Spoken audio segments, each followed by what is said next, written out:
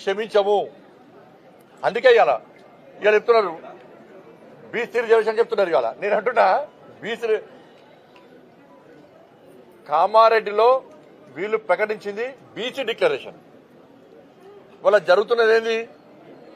బీసీలకు 5% మాత్రమే ఇచ్చారు, ముస్లింలకు 10% ఇచ్చారు.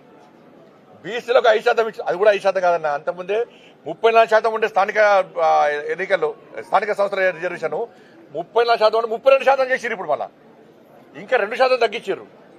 సరే, వాళ్ళు చెప్పేదాని ప్రకారము బీసీలకు ఇచ్చింది 5%, ముస్లింలకు ఇచ్చింది 10%. దీన్ని ముస్లిం డిక్లరేషన్ అంటారా, బీసీ డిక్లరేషన్ అంటారా? చెప్పండి నాకు. 5% బీసీలకు ఇచ్చి 10% ముస్లింలకు ఇస్తే దీన్ని పక్క ముస్లిం డిక్లరేషన్ అంటారు.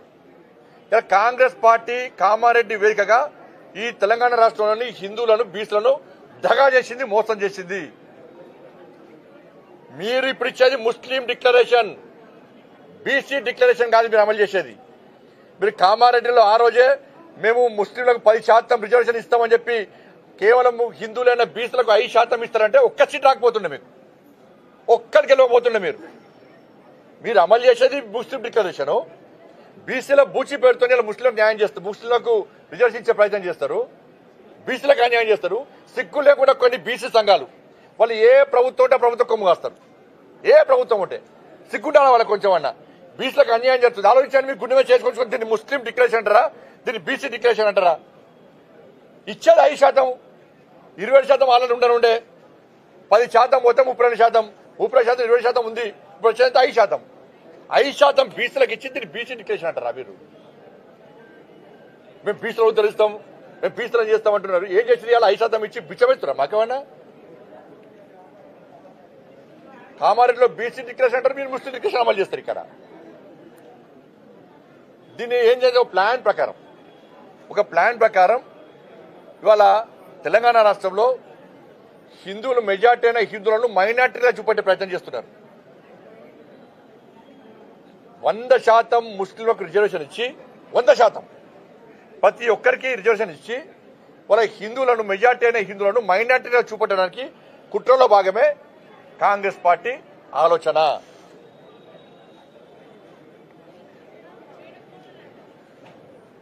ఇదే పరిస్థితి. ఇవాళ మేము మొదటి నుంచి మా లైన్ క్లియర్. మేము బాబాసాహెబ్ అంబేద్కర్ రాజ్యాంగానికి అమలు చేస్తున్నాం దేశంలో. నరేంద్ర మోడీ ప్రభుత్వం గుజరాత్లో చేస్తలేరా, మహారాష్ట్ర? నువ్వు తెలంగాణ ఏడు ఫస్ట్, తెలంగాణ ఏడు ఫస్ట్. నువ్వు కామారెడ్డి డిక్లరేషన్ ఏంది? కామారెడ్డి డిక్లరేషన్ ఏంది? 42% బీసీలకు రిజర్వేషన్ ఇస్తాను. 42% పూర్తి రిజర్వేషన్ బీసీలకు అయ్యి మేము మద్దతు తెలుపుతాం. కానీ బీసీలకు 5% ఇచ్చి మీరు ముస్లిం డిక్లరేషన్ అమలు చేస్తా అంటే 80% అడ్డుకుంటాం. ఇక్కడ అడ్డుకోకుంటే ఈ విష వృక్షము దేశవ్యాప్తంగా నడకపోతుంది. అలా ఇదే డిక్లరేషన్ దేశవ్యాప్తంగా అమలు చేస్తారట వీళ్ళు. అంటే ఏంది? దేశవ్యాప్తంగా హిందువులను మైనార్టీలు చేస్తారు, ఓటు బ్యాంక్ కోసం ఒక వర్గానికి కొమ్ము కాస్తారు వాళ్ళు. ఇదేనా మీరు చేసేది? బీసీలంతా అమాయకులు గారు. స్థానిక సంస్థల ఎన్నికల్లో మీకు 100% హిందూ సమాజం బీసీలు పక్కా గుణపాఠం చెప్తారు. మీరు రాసి పెట్టుకోండి కాంగ్రెస్ పార్టీ. మీరు ఏదో కొంతమంది లీడర్లు టీవీలలో బ్రేకింగ్లు వస్తాయి, వాళ్ళు మాట్లాడింది వాయిస్ కంపల్సరీ టీవీలలో పేపర్లు వస్తుంది, అదే ప్రజలు నమ్ముతున్నారు అనుకుంటే మూర్ఖత్వం. గ్రౌండ్ లో ఉన్న రిపోర్ట్ తెలుసుకోండి. బీసీలు అందరూ అంటారు మాకు కేవలం 5% ఇస్తున్నారు, ముస్లింలను బీసీలు వెళ్తే మేము ఒప్పుకోము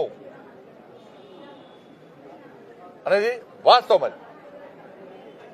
అది రాహుల్ గాంధీ గారు అంటున్నారు హిందూ ఇది దేశవ్యాప్తంగా 50% ఉన్న రిజర్వేషన్ కోటలను గేట్లను తొలగించాట, రిజర్వ్ అమలు చేస్తారు. అంటే హిందూ ధర్మాన్ని అంటే హిందూ సమాజాన్ని దాని సంగతి చూస్తారండి. నిన్న ఏదో పేపర్ చూసి నిన్న